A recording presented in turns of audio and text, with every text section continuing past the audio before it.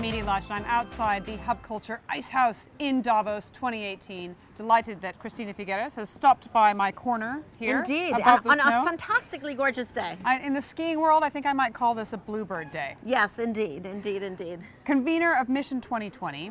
Now, how positive are you about our move towards a less intensive carbon world by 2020?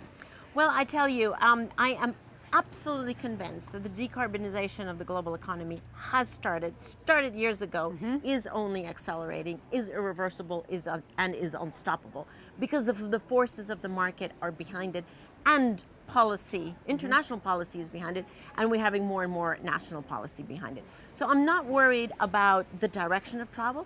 I am concerned about the speed of travel. I am concerned because if we are to reach the global goals by 2030, we have to go through a very, very narrow impasse, which is 2020, by which time we have to have started our descent in greenhouse gas emissions. And we have to be on a very accelerated descent after that. So not worried about the direction, but still working on the pace. Okay, now the pace, 2020, as far as I can see, is about It's 2 years from away, now. right? Okay, what are the biggest things that have to happen? Well, many things are already moving in that direction. We're already beginning to see capital shifting.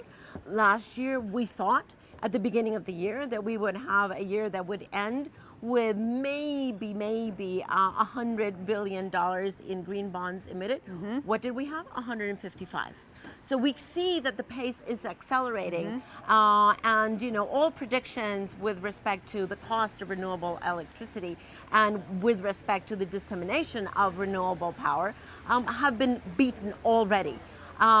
India and China have already surpassed today what they said that they would do in Paris 4 or 5 years from now. So the pace is picking up. We just need to accelerate it even more. And I'm just, Miss Impatience. It is my middle name. I'm glad for the about global that. good. Good. Now, does it matter about what Trump has done in America?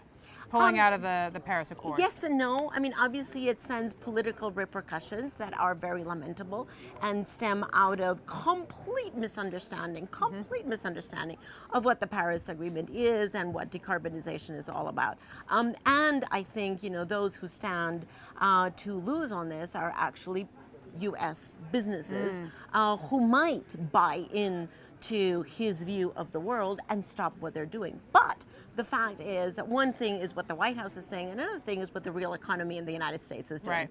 And, you hear here in Davos, but also before and after Davos, more and more U.S. industry and banking institutions that are actually moving forward with decarbonization because they understand that it is good for their business. That's why. If we don't solve climate change, none of the other global goals matter. If we don't solve climate change in a timely fashion, it's not 20 years from now. We have to address it within the timing that is actually being set upon us by science. That's the difficulty. And the other global goals don't have that embedded alarm clock, right? So that's why I'm always saying, swallow the alarm clock on climate, because 2020 is our deadline. It's not 2030, in order to be able to enable the 2030 goals. Christina, thank you very much for stopping Thank by you. my corner here in the sun. Yes. We'll see you again soon. Thank you very much. And I'm Edie Lush.